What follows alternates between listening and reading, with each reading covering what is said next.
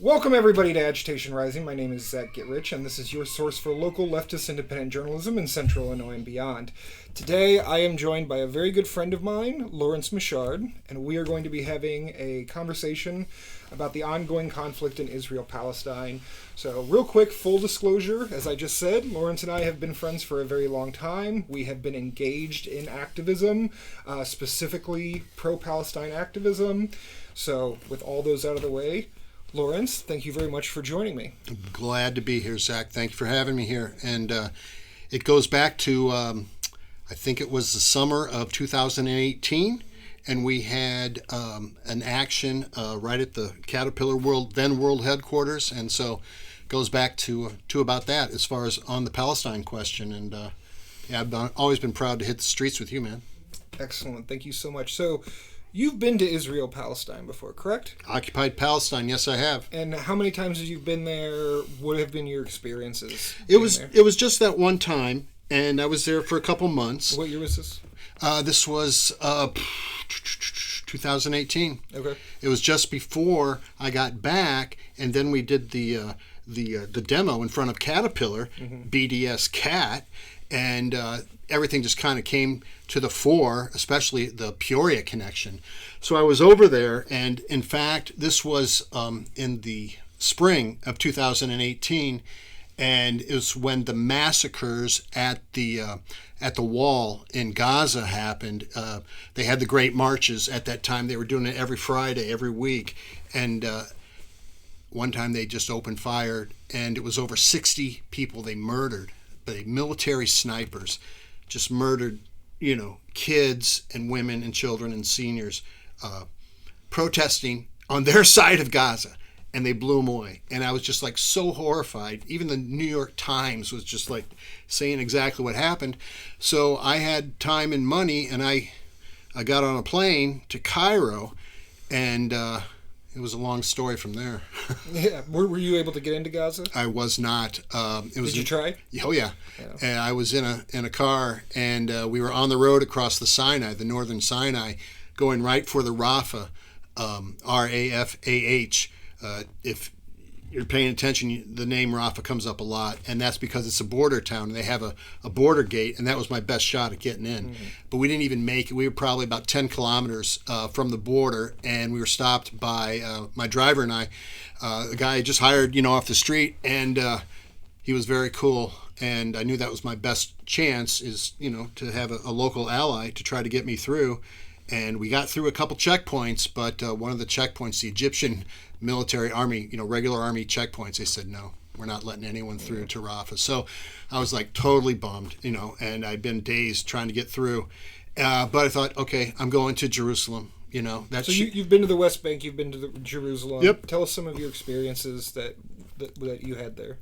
Things that you witnessed there.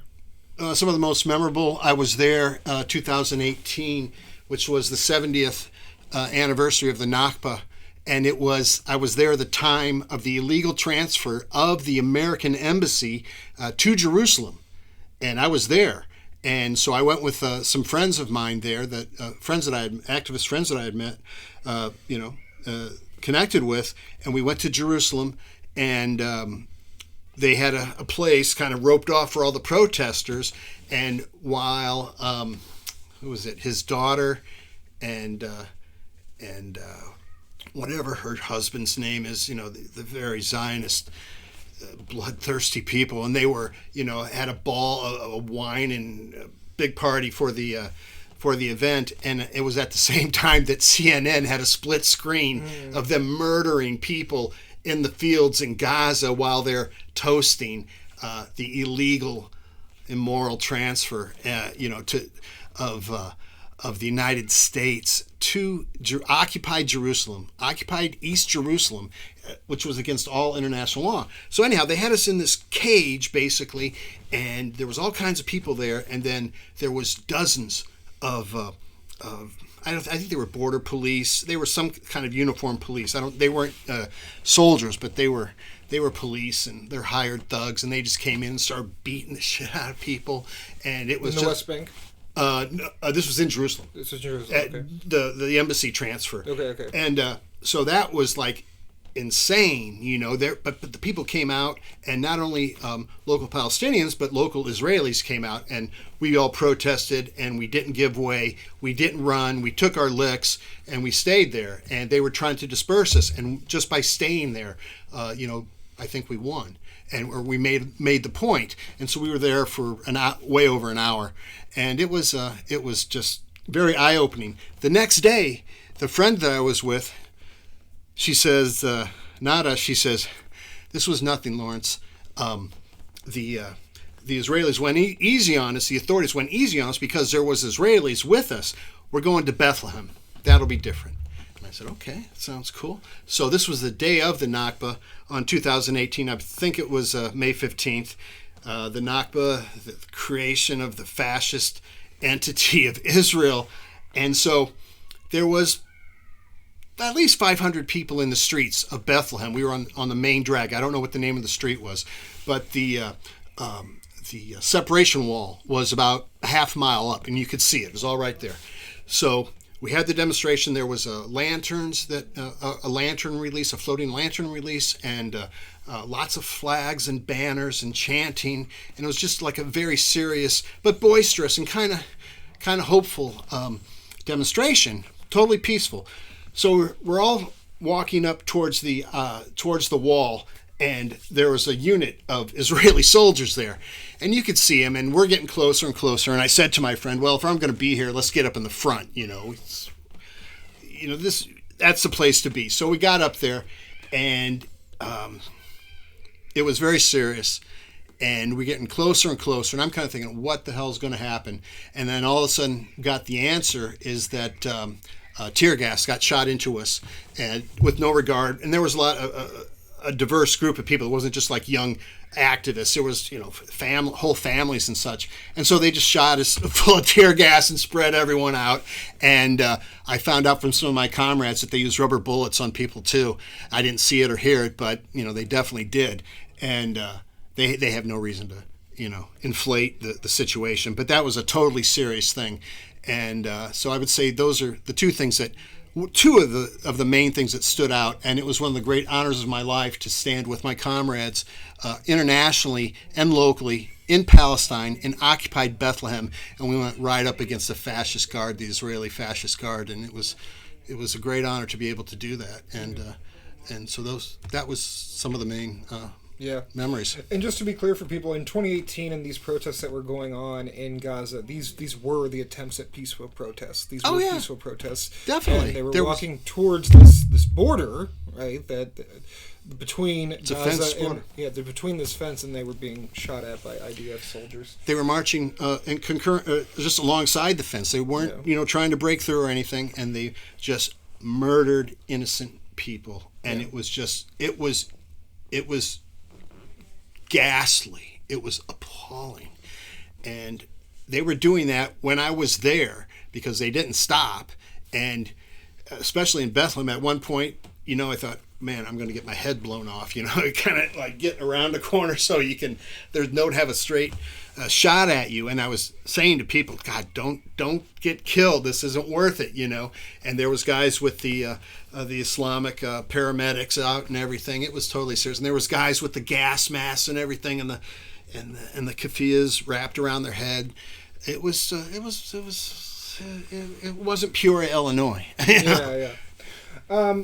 Can you tell us what the phrase "from the river to the sea" means to you? We've heard a lot of different interpretations of it, but I think it means to have a free and independent Palestine. Now, the whole thing is like, oh, well, if you believe that, then you believe in this, in the eradication of Israel, or whatever they're saying, the ethnic cleansing of Israel. And I don't believe that at all. I think it would be the beginning of the end, hopefully, for the Israeli state. Now, I think that that's something that absolutely needs to happen.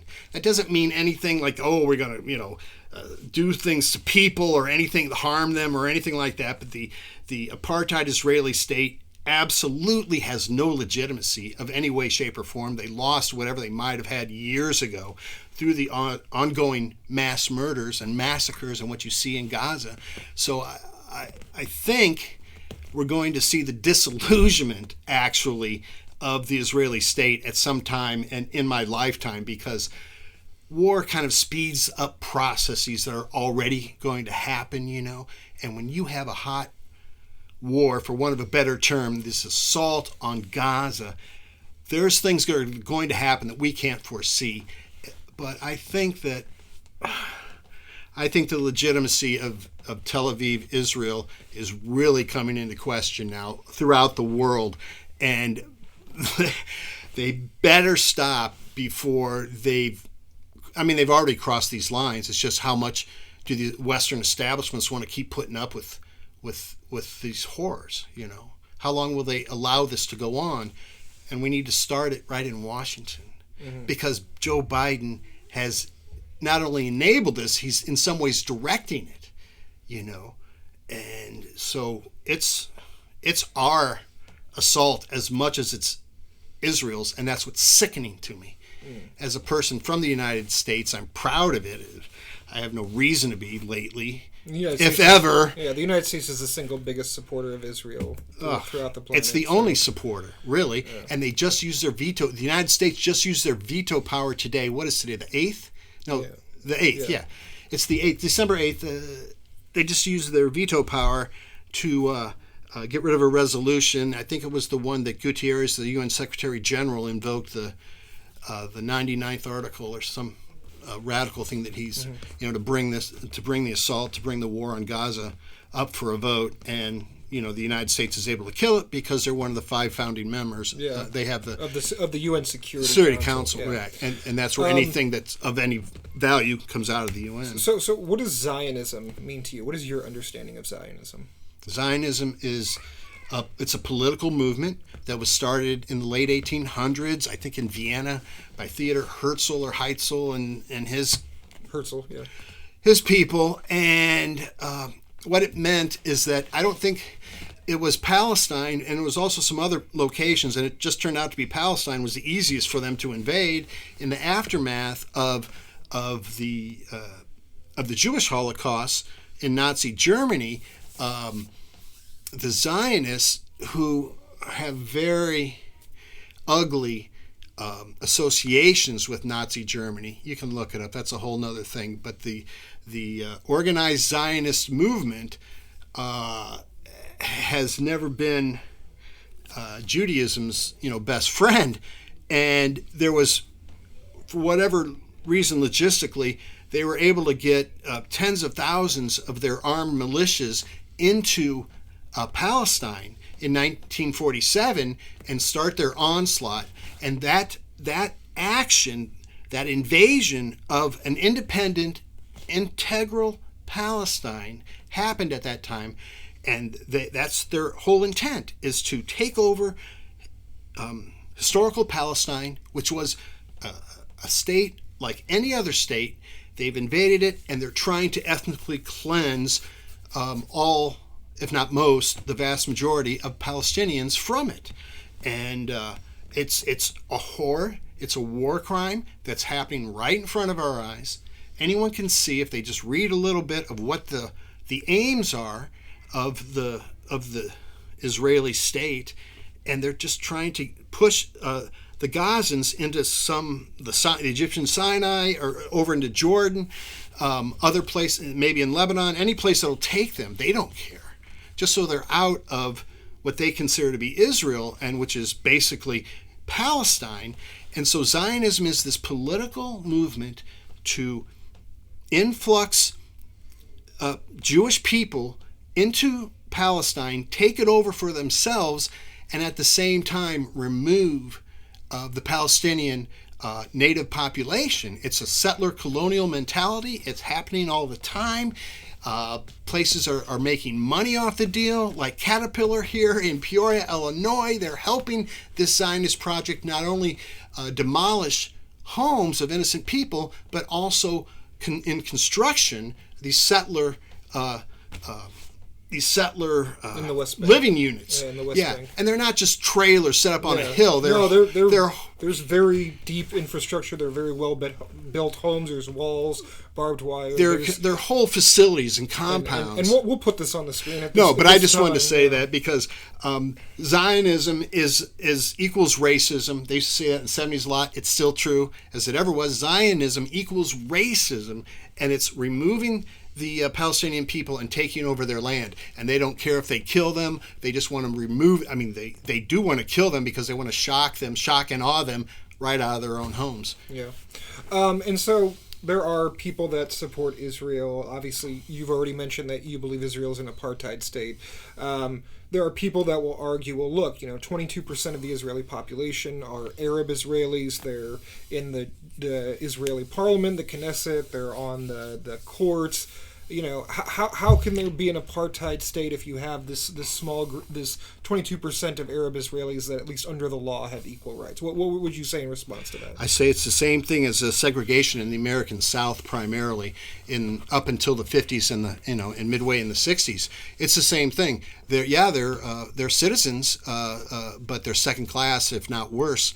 Second class, third class, and worse citizens. But they have representation in the way that people in Jim Crow South did not. I think that's the argument they're trying to make. That there are Arab Israelis that are in the parliament. They're in the Knesset. They're still discriminated. They're still heavily discriminated against. Yes, they do have Arab Israeli parties, but the Knesset, the Israeli parliament, they're not going to allow them to decisively form a government that the extreme Zionists think are somehow not in the interests of their own state. So they have elected representation, which is more than they had in the American segregated South, but it's that same kind of mindset. And the people here, the Palestinians who live, the 48ers who are still in Israel proper, they have some legal rights that are better than their compatriots in the West Bank and East Jerusalem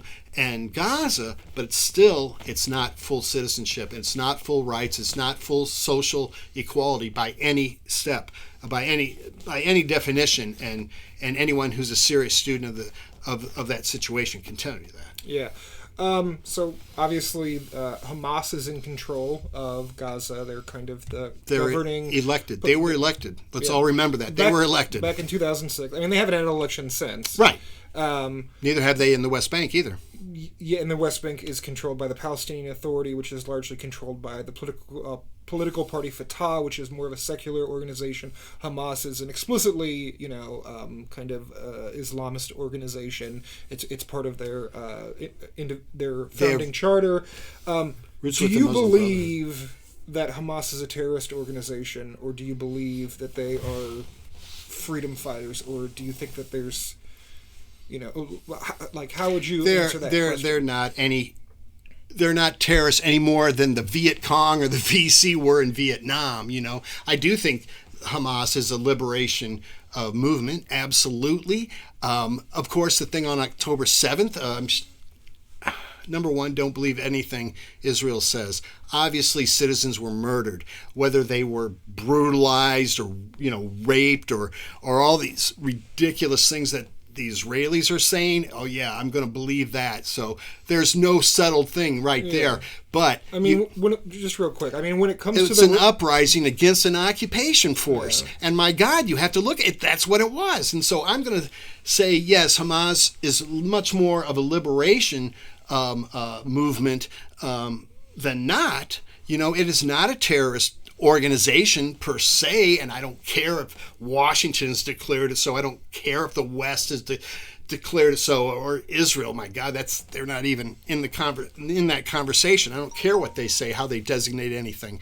You can figure that out. But for the West to say it is like they're just hiding behind legal terminology. And if you want to get into how much the United States seems to be bootlicking Tel Aviv now, that's something we could talk about too, and it's just a disgusting fact that's been going on for decades recently. But it wasn't always like that. Certainly during October 7th, obviously a lot of the people that were killed by Hamas were IDF soldiers or IDF reservists, but there were people civilians. that were innocent civilians that were in fact, in some cases Innocent brutally civilians. murdered Yes. by Hamas members. What I say to that is those people, I'm just going to say it, they shouldn't have been there in the first place. The towns, Shederat or whatever, these places that are right around, the Gaza border, this is all on occupied land. Those townships should never have been created in the first place. And the fact that the Israeli military was conveniently gone for that weekend that left them totally exposed. I mean, there's some very weird stuff going on there. But what I would just say, listen, that government in Tel Aviv put those people in harm's way, and they couldn't even protect them with an adequate military when they knew stuff was going to happen. It's already come out in the New York Times and everything else that they had the plans for at least a year and a half. And so I don't care if you want to call it aspirational or not. These things are not far from the truth. That battle plan was obviously not very far from the truth. So were they setting up these people to die or something? The Israeli government, at the very least, it's horrible negligence. But I want to say again, that part of the land was Palestine, and when Israel took it over, those people had no right to be there. There's no legitimate right. These are after the 67 borders. So there's no right for those Israeli towns to have been there in the first place, and that's what I say to it. I mean, we've talked about this privately before. Some of those towns, the kibbutz, these are actually very left-wing. They're socialist communes. Yeah, they're anti-Zionist. They're also anti-Zionist. They're against the Netanyahu regime, and many of them, some of them, Why would they be there in the first place? Well, I mean, the Jews are, in many ways, they are also indigenous to the Palestinians. Some are. And so we can, but just to move that aside. Small communities are. But some of the people that were kidnapped have a history of going into Gaza and helping people that were injured get to hospitals. And so, and these people have a history of being against Zionism, being against the Netanyahu regime. And so, I mean, God love them. Yeah, I personally think that was, that was not right for Hamas to do, to hurt those people, to kidnap those people. Of course not. Regardless of whether they should have been on the land. They were innocents. They were innocents who got caught up in the crap, in the shit. Okay. So, I'm not trying to justify it. I'm just trying to explain it. Yeah. When you have this hot situation, these things are going to happen, and it's just throughout history they happen. So it's not surprising. It's brutal. It's horrifying. But let's look at it at least within the reference point of the last 75 years. So what do you think an appropriate response by Israel would have been to the October 7th attack? Obviously, since then... They went whatever it would have been, they've gone way past it. The only appropriate thing... What do you think they should have done that would have been justified in at least... the innocent people that were killed or kidnapped? What should Israel have done in that situation? They should have done some measured response. Always international situations call for a measured response to whatever happened. Kind of equalize it, try to equalize it, right? And in no way, shape, or form did that come close to happening. And they were never going to do that. This was just their excuse to brutalize the whole population, commit genocide, and try to, forcible removal of those people. So I don't know what it would have been, but whatever that was exactly, it's been far surpassed. And the whole world sees it, and the whole world is horrified and shocked. And, the only appropriate thing left to do is to have a ceasefire, stop the assaults, stop the bombings, and we'll figure it out from there. Presumably, but they can't even do that. But presumably, you would also want both sides to release the hostages they have, because obviously Israel does have a lot of hostages. They call them prisoners. They put them through sham trials. Some of these hostages are 5 or 6 year old Palestinians that Israel has. They are definitely hostages, and they're in their prison systems as hostages, as human shields, so to speak, and as bargaining chips, obviously. So Israel. You would talk about terrorist state. Israel is a terrorist state. They have been abducting children and seniors and people of all ages for a very long time, and they always have these hostage release situations, and it's always 1 to 1,000 or something like that with Gilad Shalit and things like that. And they always have these very weird outsized numbers. But what do you mean 1 to 1,000? It's like they'll give up one Israeli. They had one Israeli soldier who was a hostage for years. His name was Gilad Shalit, and in return, the Israelis released 1,000 people from their jails for one soldier. So I don't know. I've been reading a lot about, I've been reading Gidon Levy, Levy. He's a columnist with Haaretz. It's an Israeli paper. But Gidon Levy has been a journalist for years and years and years.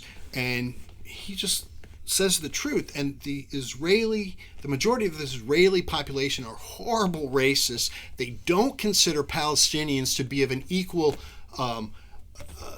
of any equality with them on a human scale. It's just all the horrible things you can think of. And we saw the Israeli top brass, military brass, calling Palestinians, all kinds of very ridiculous human animals. Yeah, all that. I don't even want to say it. And that these people believe it. Yeah. And you can see the murder, the mass murder on that guy's face. He has killed so many people, and you can see it. And all these Israeli people, all their top brass, economically, financially, and especially militarily, they're just their state and their lives are based on mass murder. It's as simple as that, and it's as horrifying as that. So, man, you just see it. In the last 2 months, since October 7th, you see it. Yeah, so Hamas was democratically elected in 2006. They got a plurality, got 43% of the vote. Obviously, they haven't had an election in almost 20 years. Do you think Hamas are good stewards of the Gazan people?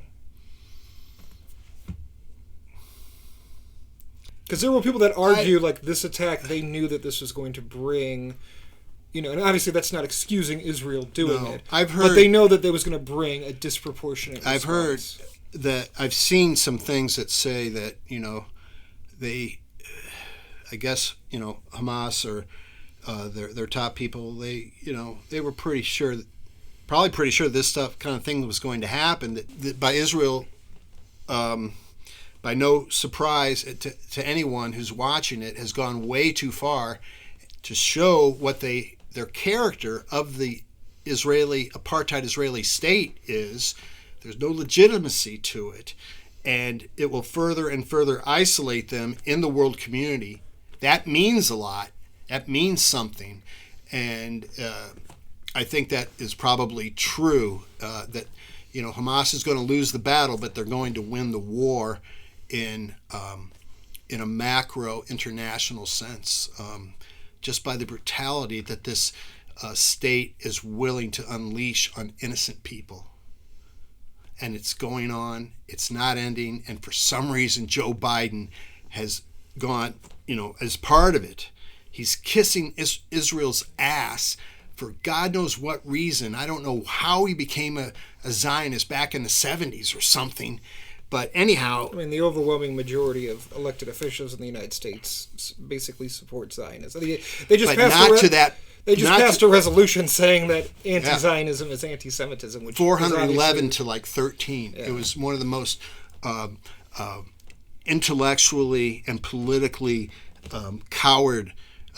cowardice resolutions, cowardly things that the United States Congress has ever done, and it will be seen as such, and it's appalling. Do you think people that are pro-Palestine and that support a free Palestine or support some type of solution to this situation should be supporting Joe Biden, or should be supporting the Democrats? Joe Biden, I think he flushed his re-election down a bloody Gaza sewer. Okay, he has flushed his re-election down the tubes. Are Arab Americans going to vote for him? I don't think so. Are the young people across all the demographics going to vote for him? I don't think so. He's losing, if not has lost, the African American community on this vote. They're supporting Palestine specifically. And the coalition that put Biden in is completely gone. I think the only thing that Democrats can really do is somehow push Joe Biden to the side, push him off the ticket, put up Harris, as the front runner, and whoever she would pick, and then they have a chance. Then they can pray, because to her credit, I don't think Harris has gotten completely on the genocide Joe bus, although she's part of it, right? But I think she could pull back and somehow save the Democratic Party, because Joe Biden is taking the Democratic Party down the toilet, and he's already done so, and there's no way that he is reelected. And the thing about the boogeyman of Trump will probably be in jail, in federal prison, by the time the election starts. I'm hoping, praying, but I'm not worried about Trump. We'll see what happens. Yeah, when it comes to that. I don't know, but there's no way. I didn't vote. I never voted for Joe Biden last time. I live in Illinois, so it wasn't like, because of our electoral college. Yeah, I mean, he wasn't right. So it was kind of a safe vote for me, but I did not vote for Joe Biden. I proudly voted for Gloria La Riva, the American socialist, and I'll do the same thing. I'll vote for Dr. West, Dr. Stein, someone, and I think now it's a great opportunity for actually a third party, if they're ever going to make some kind of really a hard push. This is it. And Joe Biden, the anti-Trump thing doesn't cut it by an inch with me, and he's already flushed down the American sewer of Nixon and Bush and Georgie Boy Bush's mass murders, and he's joined that illustrious crowd, and I hope he rots in hell. Joe Biden, leave America, resign, do something that would make me feel, somewhat sympathetic. I think it's just like when Lyndon Johnson flushed his second term down the drain with the American Tet in 1968, and it showed that all their lies over Vietnam, all their lies. The Gulf of Tonkin lie that first really the whole thing got us was in there, a lie. Yeah, and especially the Pentagon Papers by the gentleman who just died. He wrote the Pentagon Papers, and he showed it was all a lie. But anyhow, the Daniel Ellsberg, and when they found out that they couldn't win the war. Lyndon Baines Johnson, he got out. He said he was not going to run. Okay, there's the model, Joe Biden. Say you're not going to run for whatever reason, make it up. You can't win. And if you want to, help your party, that's the only honorable thing he could do, is to step aside and let Harris take a shot at it. Because I would possibly vote for Harris, but I'm sure not going to ever vote for Joe Biden. And I never will. It's just the blood is too thick on his hands, and he's helped direct this onslaught on Gaza, and he could stop it in a second. So it's appalling that the American president, with his statements about seeing videos of beheaded babies, his own staff at the time he initially made those statements told him not to make those statements because he didn't actually have it, and he had to walk those back, and those claims have largely been debunked at this point. And he's said it since then. And he said, he said it again since then. I don't know if he's lost it cognitively, but I think he is just that much of a demagogue now. He's completely on the side of the Zionist mass murders that he will say anything. And it's not even like Weimar Germany in the 30s, before the Nazis took over. It's like the Nazis kind of took over already, and we're seeing the fascism happening right now. It's like 1933 in America right now. And even though it's the Democratic Party, it's not the GOP. It doesn't matter, does it?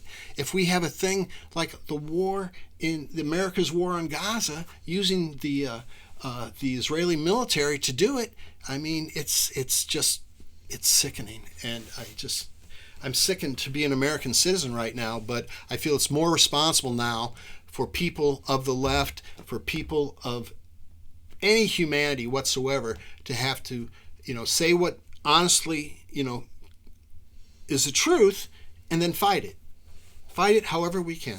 That's what I'm trying to do. Are other Arab leaders doing enough to support the Palestinians in your mind? No, obviously not. Sisi in Egypt, he's a butcher. He's a butcher of Cairo. He murdered his own people to take power, so I don't expect anything from him. But the Egyptian people are wonderful, and they've been very supportive of Palestine since October 7th and way before that. and he could be doing much more to help the people of Gaza. King Hussein in Jordan, he's flown in with a military unit to bring in some aid. It looked more like a photo op than anything else, but Jordan and Egypt are kind of on the front lines of this, of course, with Lebanon and Hezbollah, and I think Hezbollah as a de facto political party, and Arab leaders, elected leadership, they're doing something, and I don't know if they have to actually get into a hot war with Israel, but I'd much rather look at someone like Erdogan from Turkey. He's talking all the right things right now. He hasn't sent the Turkish army, to reclaim the Ottoman Empire in Palestine. But my God, I'm sure Gaza is praying that he does something like that he goes a lot farther than what he's saying. And I'm telling you, if he actually, did some put up or shut up kind of move on Israel, then they would, then the people would, I think then people everywhere would look at Erdogan much better, because he has been a dictator. He's killed artists and jailed them for no justification. So he's not any kind of real Democrat to look at. But I'm just saying that there are things that the individual Arab leaders could be doing a whole lot more than what they're doing now. The Arab League, I don't know, I'm sure they've had a unanimous resolution or something, but that never seems to do anything. And if you talk to people in Palestine and people, Palestinians and just people from the Middle Eastern street, they curse their governments for the most part. So most of them are not representative of the people. I'm not going to say democratic, because the United States is forever staying that term, but whatever it would be to be representative of your people, it's not happening as much as it should in the Arab and Muslim governments. Iran, they've been doing a lot to help the people of Palestine. They're not Arab, they're Persian, of course, but they're co-religionists, and you could arguably say that Iran has been helping Palestinians as much or more as any Arab state. Yeah. So I mean, obviously, there's been a lot of talk for years about a possible final long-term solution to end all conflicts, and there's been people who have talked about a two-state solution. Obviously, the Netanyahu regime has pretty blatantly said they really only want a one-state ethno-state in place. Is a two-state solution even possible anymore with the way it is? And the reason I ask this, and I'll put this up on the screen, is that if you look at the West Bank now, it's so cut up. It's not a uniform area, and I talked about this with the Imam earlier. It's so cut up now that, I mean, me personally, I don't know how a two-state solution, one where you have two areas that have no connection to each other, that have no geographical connection to each other, and they probably would have a lot of trouble flying over Israeli airspace. I don't know how a two-state solution would be even possible. I think you would have to have a reasonable partner for it. Obviously, apartheid Israel, is not changing its stripes anytime soon. The only chance it will is if there's outside pressure, most particularly from the United States, to change its policies, to pull back on the land, to let them be contiguous, the West Bank to reform, and to get some kind of land bridge to Gaza and go that way. It's just not going to happen with the current makeup, extremist war criminal makeup of the Israeli government. There's going to have to be a change there. But I think it's aspirational in the sense that I think it's the only way that there's going to be a true and free Palestine, is if there is a two-state solution, because if there's no two-state solution, there's no Palestine. There's no integral, independent Palestine. And I still think, and lots of people think, that can happen in our lifetime. And I think it's going to happen by the apartheid state, imploding more than anything else. Yeah, I mean, in my personal opinion, and obviously you are more knowledgeable about this than I am, but I don't think a two-state solution is possible. I think the only possibility would be a single-state Israel-Palestine, whatever you end up calling it, where all Palestinians are given full equal rights where the Zionist nation-state laws are repealed, and where the Palestinians, the refugee Palestinians, are given the right to return. To me, that's the only possible solution. And obviously, the current Zionist government would never accept that. But to me, I don't see it. I don't think a two-state solution would even be feasible. Either way, you're talking about subsuming the Israeli state into something different or into the Palestinian reality. So I mean, even if you still call it Israel, it doesn't matter what the name. Right? It does matter what the name is. There's no reason that Palestine should be erased. Never. I will never accept that. The Palestinian people, which is the only opinion that matters, will never accept it. I understand that, but do you think Palestinians want more to have equal rights on the land than necessarily have the specific land called a specific thing? What is practically they want the more land. important? Yeah, they want the land, and you can't call it something else. You can't call it Israel. You can't call it Zion.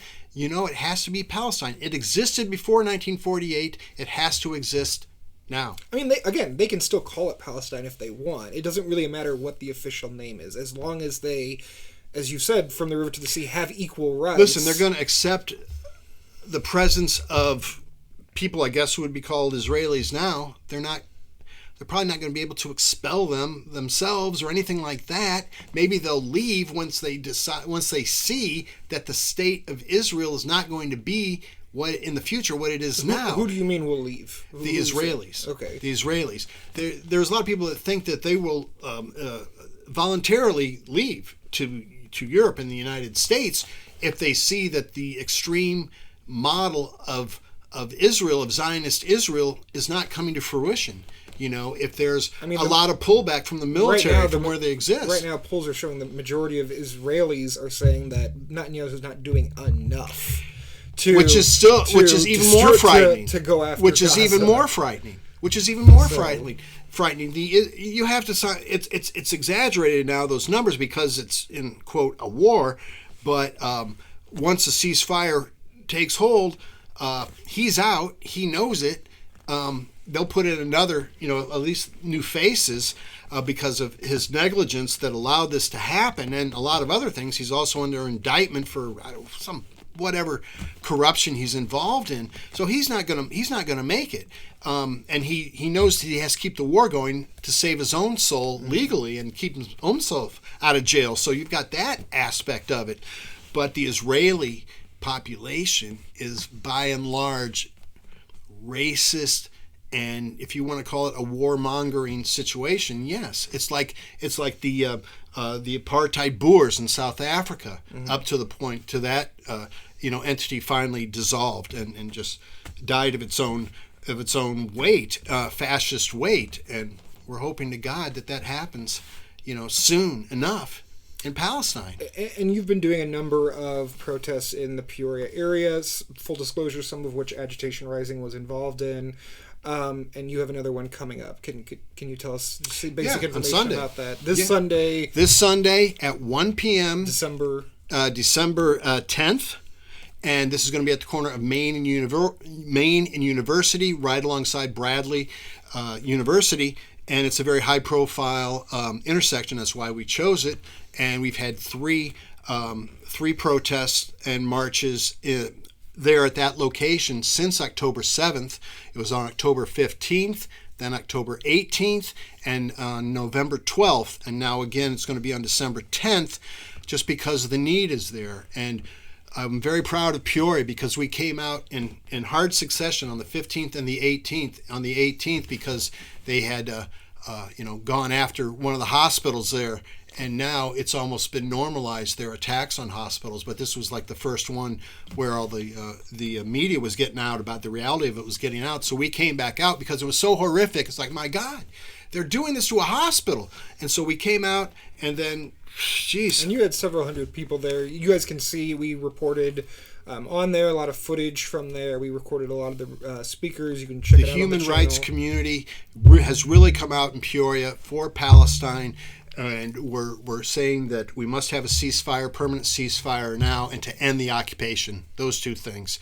Nothing else will do. And we want to make sure, we want to state by having these protests here in Peoria.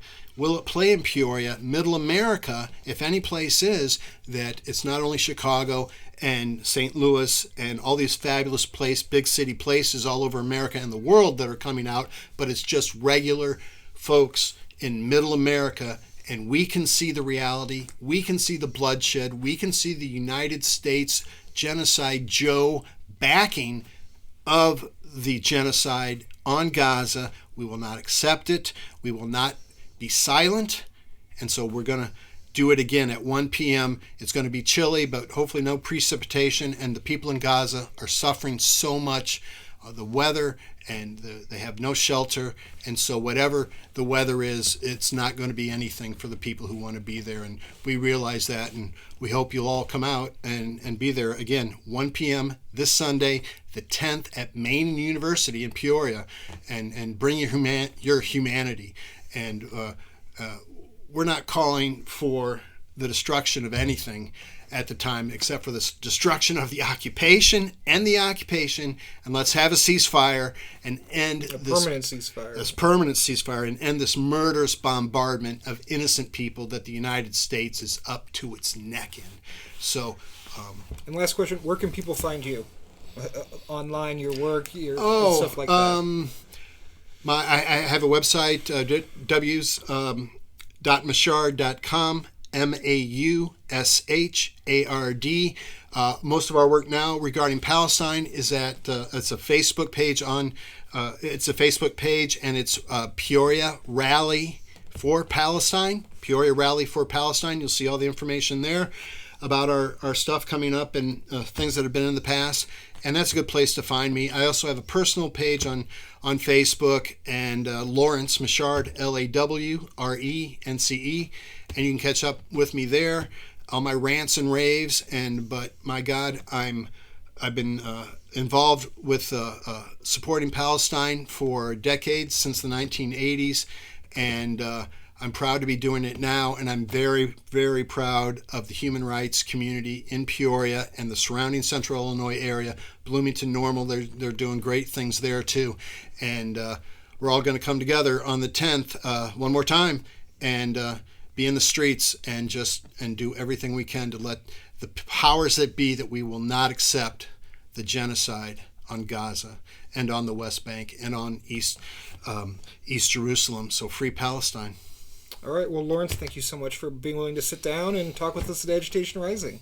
Thank you. I really appreciate Agitation Rising. You guys have done great work over the years, and very proud to be part of the media empire that is Agitation Rising.